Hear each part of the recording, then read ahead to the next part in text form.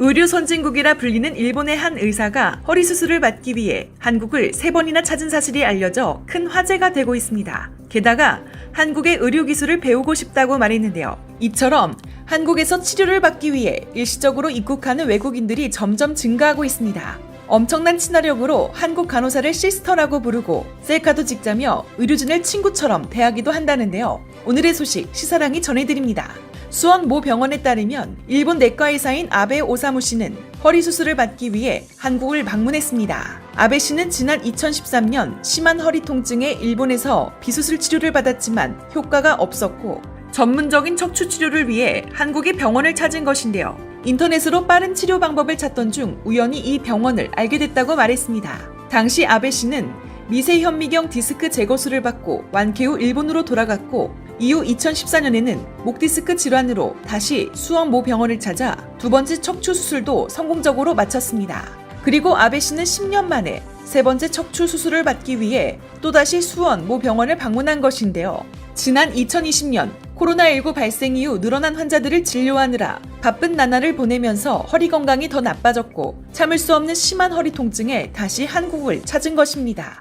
아베 씨는 수원 모 병원에서 정밀 검사를 통해 심한 척추관 협착증과 추간판 탈출증 진단을 받고 하루 뒤 주치의인 장지수 병원장의 집도로 척추 유압술을 받았습니다. 아베 씨는 수술을 받고 난 뒤 정말 최고라고 호평했는데요.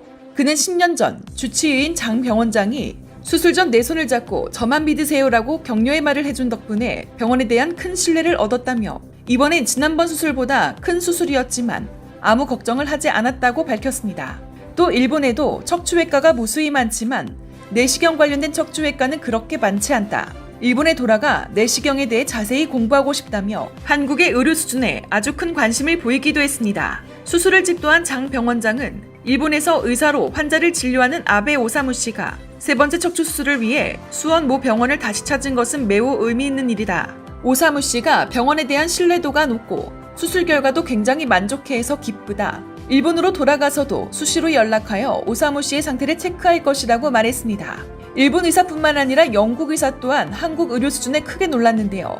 영국 의사는 청담 모 병원의 의료진이 개발한 경피적 내시경 디스크 시술, 즉 전신 마취를 하지 않고 절개하지 않는 최소 침습적 방식의 시술이 있음을 알게 되었고 또한 이 시술을 받은 환자들이 단 한 건의 하반신 마비가 없었음을 확인한 뒤에 주저없이 한국행 비행기에 몸을 실었습니다.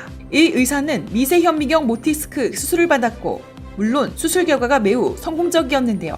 영국 의사는 몇 달 만에 처음으로 잠을 푹 잘 수 있었습니다. 아주 대단한 거죠라고 말하며 한국의 의료 기술을 극찬했습니다. 이후에 수술을 집도했던 청담 모 병원장은 영국 왕립 외과대학 산하 국제내시경 척추 아카데미 에스피나의 교수진으로 초빙되어 전 세계 척추 의사들을 교육할 수 있는 기회가 생기기도 했는데요.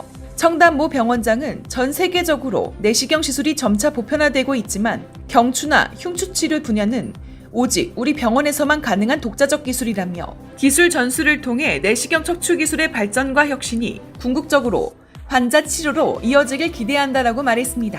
이 밖에 사우디아라비아 국적의 이사 아브라함까지도 한국의 모 병원에서 연수를 마친 뒤 한국 의료 수준은 정말 우수하다라며 크게 만족했는데요. 아브라함은 이비인후과 교수의 지도하에 외래 및 입원 환자를 위한 진료와 회진 참여, 수술 참관 등 집중적인 교육을 받았는데요. 실제 아브라함은 이번 연수를 통해서 실제 이비인후과 임상에서 유용한 최신 수술을 경험하면서 자국에 돌아가 다양하게 활용할 것을 기대했다고 전했습니다. 그리고 한국 의료는 암 치료 분야의 두각을 드러내고 있는데요. 우리나라 자궁경부암 5년 상대 생존율은 76.5%로 캐나다, 일본 등을 제치고 최고 수준을 기록했습니다. 대장암 역시 58.1%로 OECD 평균보다 높았는데요. 뇌졸중 사망률 역시 한국은 세계 3위에 올랐고 치료 성적은 OECD 회원국 가운데 가장 우수했습니다. 한국에 설치된 아시아 지역 로봇 트레이닝 센터에는 다른 국가 의사들이 로봇 수술을 배우기 위해 한국을 찾고 있는데요. 외신은 한국 의료 수준은 세계 어디에 내놔도 손색 없다라며 칭찬 일색이었습니다. 특히 코로나19 방역에 저력을 보여준 한국에 대해 어벤져스 같다며 미국 MBC가 한국 영상을 보도했는데요. MBC는 한국은 확진자 수가 많지만 그럼에도 사망자 수가 훨씬 적은 이유는 병원이나 의원, 드라이브스루 센터 등에서 대규모 검사가 진행되고 있고 의료 수준이 뛰어나기 때문이라며 세상을 구하는 어벤져스 같다고 말했습니다. 이러한 한국 의료기술 수준을 입증이라도 하듯 한국 국민의 기대 수명은 83.5년으로 경제협력개발기구 평균보다 3년 더 길어 회원국 중 상위권에 속하는 것으로 나타나기도 했는데요. 우리나라 의료 수준이 전 세계 최상급인 덕에 매년 세계적인 큰 학회가 한국에서 열리기도 하고 유럽, 러시아, 중국, 일본 등 많은 나라에서 비싼 돈을 줘서라도 치료를 위해 방문하기도 합니다. 심지어 코로나 치료를 위해 한국에 온 중국인이 의료진에 1천만 원을 주기도 해서 화제가 됐었는데요. 외국인들은 한국 의료 수준이 매우 우수하다고 인지하고 있었고 의료 서비스 중에는 통역 담당 코디네이터 기본 예절, 의료진 기본 예절, 신속 응대, 종교와 문화 존중 등에 크게 감동했습니다. 외국인들이 한국 병원에 방문하며 생긴 에피소드도 있었는데요. 특유의 친화력을 가진 아랍권 남성 환자들이 너무나 빠르게 금방 적응을 한 나머지 환자가 담당 간호사를 시스터라고 부르며 아주 가까운 친구처럼 대했다고 합니다. 당황한 담당 간호사는 통역사를 통해 환자에게 한국의 병실 분위기를 설명하며 조심해달라고 부탁할 수밖에 없었다고 하는데요. 또 뇌종양으로 고생하던 70대 몽골 할아버지의 진료를 진행할 때 환자가 귀가 잘 들리지 않아 아들과 통역사가 합심해 진료를 돕고 있는데 문제는 환자가 의료진에게 들려주고 싶은 이야기가 너무 많아서 현재 증상을 묻는 간단한 질문에도 20살 때부터의 인생사를 아주 쩌렁쩌렁한 목소리로 들려줘 한국 의료진이 끊지도 못하고 당황한 일화가 있다고 합니다. 몽골판 라떼는 마리아가 계속되자 장폐해진 아들이 옆에서 말렸지만 꿋꿋이 본인의 이야기를 멈추지 않았다고 하는데요. 외국인들이 한국에 원정 치료를 오는 것은 자랑스러운 일이기도 하지만 그러나 문제는 얌체같이 건강보험 혜택만 받고 출국하는 외국인 피부양자들로 인해 문제 제기가 됐는데요. 실제 사례 70대 러시아 국적 여성 A씨는 딸 부부가 사는 한국에 입국해 입국 당일 건강보험 직장가입자인 사위의 피부양자로 등록됐고 A씨는 6개월간 한국에 있는 병원에서 수술로 암을 치료했습니다. A씨는 암 환자 산정 특례가 적용돼 치료비 중 5%만 냈고 나머지 700만 원은 건강보험 혜택을 받은 것인데요. 베트남 국적 50대 남성 B씨도 마찬가지입니다. B씨는 건강보험 직장가입자인 사위의 피부양자로 등록돼 국내 병원에서 간질환으로 치료를 받고 6개월간 3,500만 원의 건강보험 혜택을 받았습니다.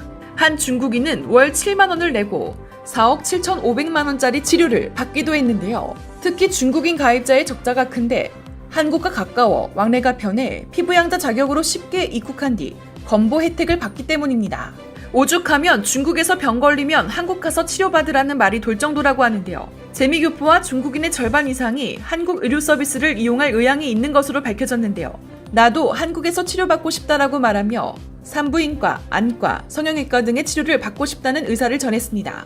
코수술, 쌍꺼풀, 안면 윤곽술 등의 미용 성형, 척추디스크 유방암 등의 일반 진료 및 인공수정, 자궁경부암 등 산부인과 진료, 그리고 라식, 라섹 등 안과 진료와 한방과 치과 진료까지 진료받고 싶은 목록이 다양했는데요. 한국에 방문해 치료받는 중국인이 얼마나 많은지 국민건강보험공단이 발표한 지난 4년간 중국인 가입자의 건보 적자는 3,843억 원으로 집계됐습니다. 지난 4년간 중국인 가입자들이 1조 8,630억 원을 건보료로 내는 동안 국민건강보험공단은 이들의 치료비 명목으로 2조 2,473억 원을 토해낸 것이죠. 또한 지난 7월 말 기준으로 외국인 건강보험 가입자는 125만 398명이며 이 중 피부양자만 19만 3,698명이었는데요. 외국인에게 새는 건강보험이 어마어마한 셈이죠. 이 기사를 접한 국내 누리꾼들은 돈이 썩었습니까? 국민의 피 같은 세금을 금 한 푼 내지 않는 사람들에게 써도 되나요? 한국이 중공제 폐렴 무료 진료소가 되겠구나. 왜 한국에 와서 난리들이야? 라며 불편한 기색을 드러냈습니다. 물론 한국의 의료기술을 인정해주는 것은 좋게 여길 수 있다지만 영악스러운 먹튀 행동은 막아야 할 텐데요. 그래서 한국 정부가 폭탄 선언을 했습니다.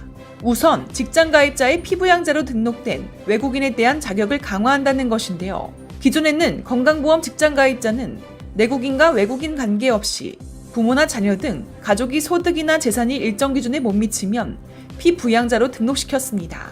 그래서 별도의 건강보험료 납부 없이도 보험 혜택을 누릴 수 있었는데요. 이제는 보험료를 납부하지 않은 채 외국에 거주하는 외국인 가족이 치료를 위해 귀국하여 건강보험 혜택을 보는 것이 차단됩니다. 보건복지부 등에 따르면 앞으로 외국인 건강보험 피부양자 자격은 국내에 6개월 이상 머무르는 등의 조건을 충족해야 한다는데요.